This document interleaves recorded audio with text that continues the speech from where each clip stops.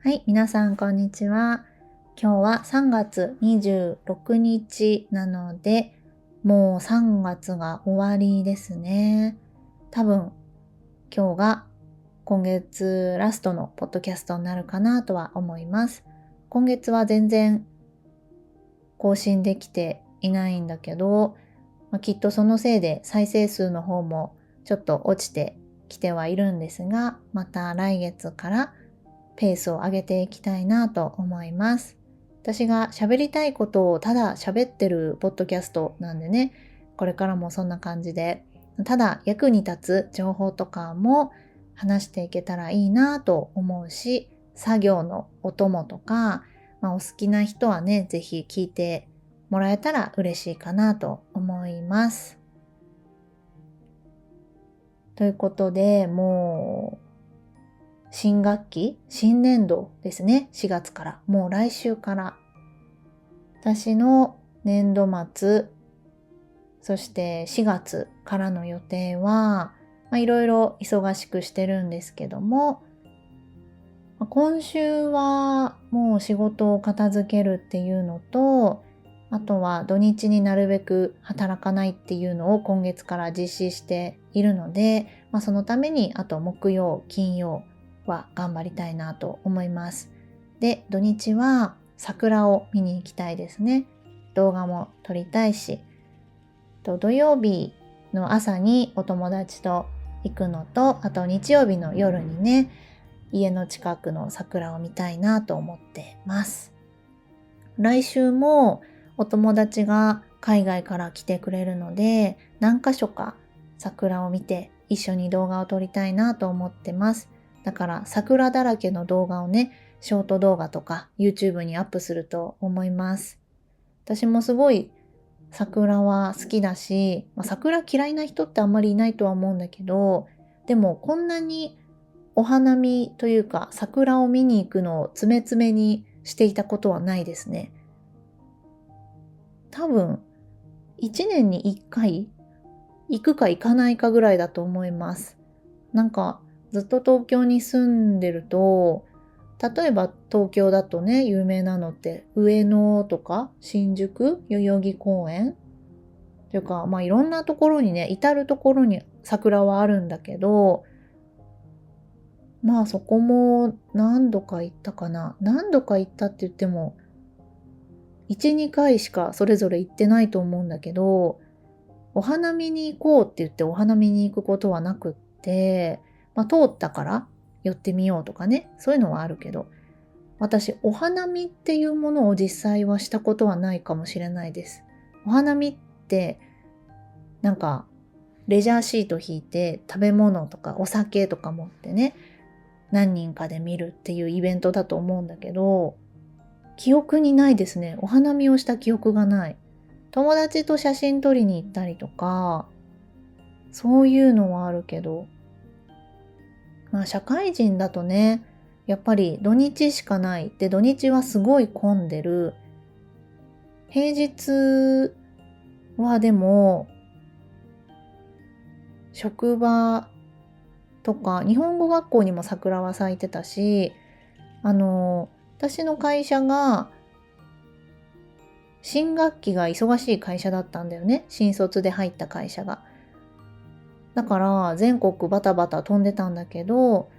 そこで仕事しながら桜並木を通ったりとかっていう思い出はすごいあります。一人ですごいね、綺麗なところがあったんだよね。埼玉のふじみ野だっけな。もう行くことはないから普通に言うけど。そこら辺で仕事で何度か一人で行っていて、そこの桜がすごい綺麗だった。けど、お花見スポットとかではなくて、歩いてるその桜並木を歩くみたいな。で、去年は友達と私の夫と桜を取りに行きましたね。3人で行くというね。あとは、入社式3年前まで働いてた会社は、私は広報だったので、写真をね、よくイベントとかで撮りに行くんだけど、入社式が4月1日にあるので、そこがやっぱり桜がすごい綺麗なとこですよね。で、皇居が近かったし、桜すごい綺麗でした。だから入社式の写真を撮り終わったら、そのまま歩いて桜がたくさん咲いてるところに行って、桜も撮って、その会社の SNS に載せてましたね。そこはもう多分やってたのは私だけじゃないかな、そういうのをやってたのは。結構その広報っていろんな会社の様子とか写真を撮るけど、なかなか従業員の顔を SNS とかネットに載せるのって難しいんですよね。特に今って昔より難しいと思います。だから後ろ姿とか集合写真で顔がもう見えないぐらいとかだったら載せるんだけど、それでもみんなに許可取るし、だから、あとはやっぱり桜があるとね、SNS とか映えるじゃないですか。だからそういうのはね、毎回大切にしてましたね。日本語学校の時も長沼スクールには桜があったから、いつも撮ってました。だから桜をいかに綺麗に撮るかって結構ね、得意だったりします。っていう感じで、今年は多分何箇所ぐらい行くかな。1、2、3、4、5、6、6箇所ぐらい桜を見に行くので、フリーランスだからね、平日動けるんで、さらに撮影もしたいなと思ってるから、すごく楽しみです。雨が降らないといいなって思うけどね。今週末は大丈夫そうだから、すごい楽しみですね。っていう感じで、最近というか今月ね、前のポッドキャストで話したかな、仕事のやり方を少し変えましたということで、非常にいい感じにいってるなっていうのと、今日のお昼ぐらいかな、今月の数値っていうのを計算していたんだけど、成果は出たのかなっていうのが実感できて嬉しいです。私だから月末は自分の請求処理とか経理系で、自分でやってるんでね、忙しいんだけど、でも楽しみでもありますよね。たまにね、それが毎回いい結果っていうわけではないけども、今回はでも、頑張ってよかったなと思います。だから仕事量は増えたけど、自分の仕事量は減りつつ、売り上げは上がってみたいな感じかな。ずっとこれがね、右肩上がりでうまくいくとは思わないんだけど、自分のまずは心身を大切に、であとやっぱり、お金は大切なんでね、これからもっともっと頑張んなきゃいけない状況なんで、なんでかっていうと、引っ越して、引っ越して3ヶ月が経ちますね。引っ越したから別にそれで大量のお金を使ったわけでもないんだけど、車を買いますね。車買ったらまたそれは、インスタか YouTube かなんかで言おうかなと思うんですが、立派な車を買いました。まだ納車はしてません。ローン返済頑張ります。で、今月からね、友達が週1でお手伝いに来てくれてるっていう話をしてたんだけど、週1来てくれてて、一緒にお仕事しながら、いろんな話をしてるんですね。だからやっぱりね、友達と仕事するってすごいいいなと思います。今、オンラインでお仕事一緒にしてる人はいるんだけど、それもそれでめちゃくちゃ楽しいしありがたいんだけど、実際ここまで来てくれて一緒にやるっていうのは、たまに仕事をサボってずっと話しちゃう時もあるんだけど、それはそれでね、私普段あんまり喋ってないんで、人と。だからすごいそういう時間も大事だなとは思うんだけど、でやっぱりお互い目標があってやってるから、そこがすごく刺激になりますね。この間、いろんな話してるけど、特に同意したのが、やっぱり何か頑張る理由がないと頑張らないよねって話をしてて、私だったら、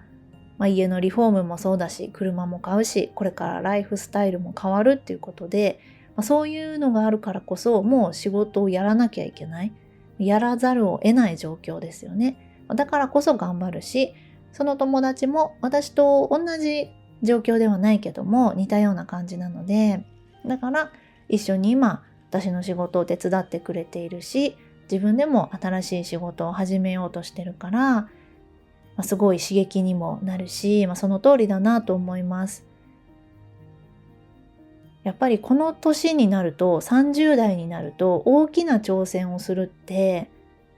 やっぱりお金が絡むと思うんだよね。小さい頃だったらさ、大きな挑戦って習い事始めるとか、資格を取るための勉強するとか、そんなお金かかんないじゃないですか。でも大人になるといろんな挑戦をしてきてるから、資格取るぐらいだとそんなに大きな挑戦ではないなとは思ってて、資格って1万円とかで取れたりとかで、自分のペースで勉強できてね、それも立派な挑戦ではあるんだけど、リスクもないし、そんなに大きな変化ではないかなと。だからこそ家を買うとか車を買うとか、そういう大きな挑戦ですよね。で、大きなお金がかかるっていうのは、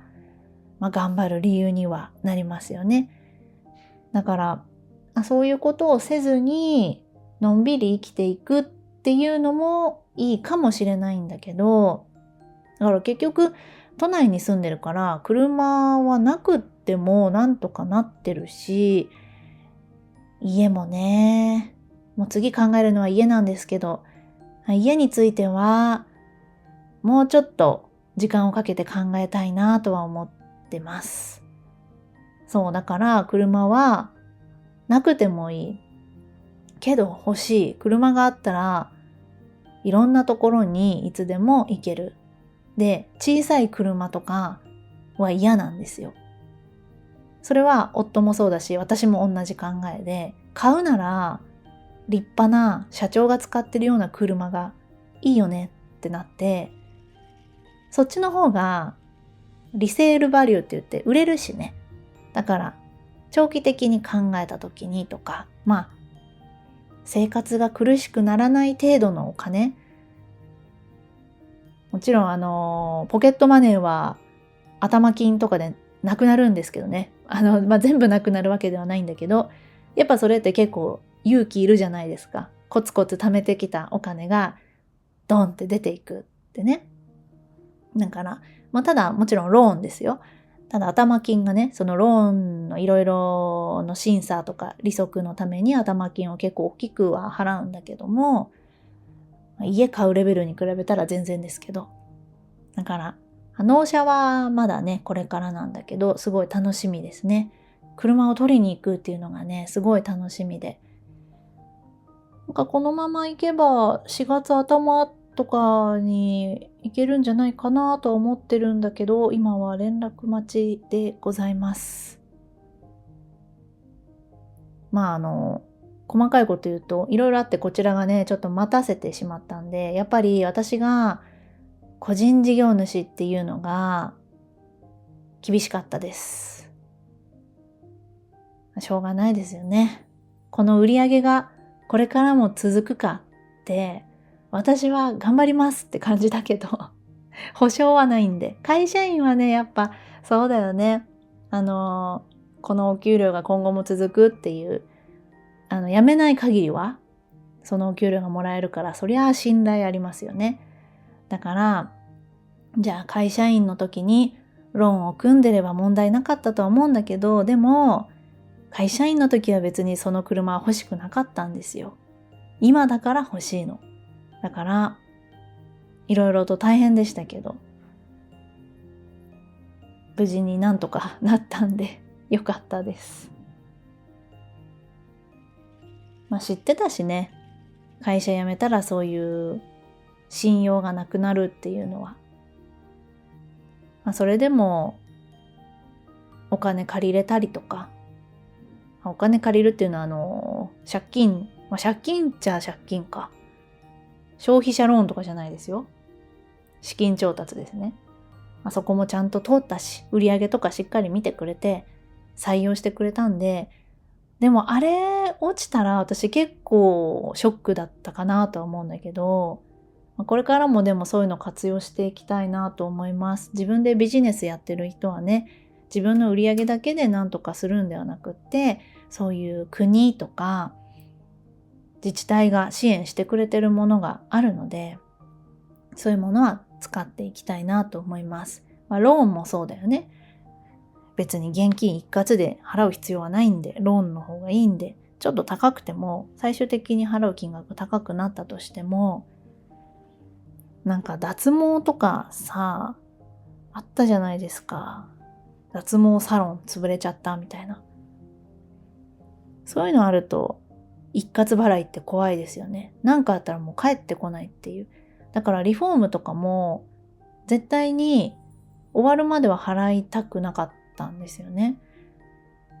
そこが結構柔軟に行くリフォーム会社と行かない会社があると思ってて、私が3社相見積もり通った時に一番柔軟が効く会社さんを選ばせてもらったので、ちょっとね、わがまま言い過ぎちゃってる部分もあるかもしれないんだけど、いろいろと柔軟にやってくれてるんで、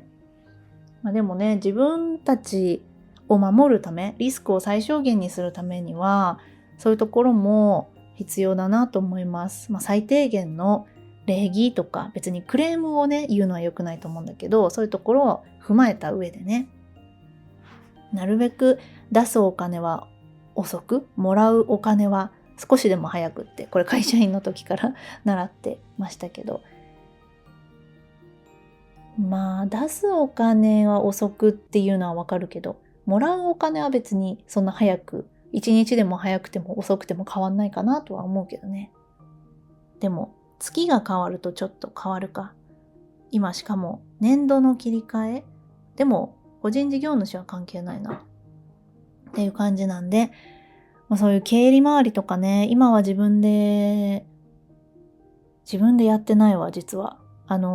毎月の売上管理ぐらいはやってるけど、それ以外はやってないんだけど、これからは、毎月の売上管理、ただね、ここはね、やっぱり、自分でやんなきゃいけないとこなんですよね。お給料払うとか、そこはやっぱり、でも多分、次の私のやるべきこと、課題は、もうちょっとそういう私のやってる業務を委託するっていうことなんだよね。今はクリエイティブ系だけいろんな方にお願いさせてもらってるけど、もうちょっとね、自分のやってる業務を洗い出して、でもだいぶ効率化できました、今月。もう本当に良かったと思ってます。何%効率化できたんだろう。ちょっと数値にしてみて、ポッドキャストで話してみようかな。自分の業務量を何パー減らして売上利益何パー上げたのかって、なんかすごい良くないですか、この話。てか自分のためにもね、こういうのまとめた方がいいなって。これもね、AI 使えばできちゃいますからね。AI に言えばね、パパーっと出してくれるんで。今月新しい AI に2つ課金してますが、1個はまだ無料アカウントだ。どんな感じか良ければまたアウトプットしたいと思います。なんか、いいっちゃいいけどっていう感じですね。いいっちゃいいけど、なくてもいいかな。でも多分もうちょっと慣れたら手放せなくなるかな。どうなんだろうなっていう感じです。はい。じゃあ今日は20分いってないけど、これぐらいで終わりにしようかなと思います。今日レッスン2件やって、その後、スタバ行こうかなと思ってたんだけど、雨が降ってるんで、結局一歩も外出ずに夕方になっちゃいました。でもこの後、外出ようと思います。はい。では最後まで聞いてくれてありがとうございました。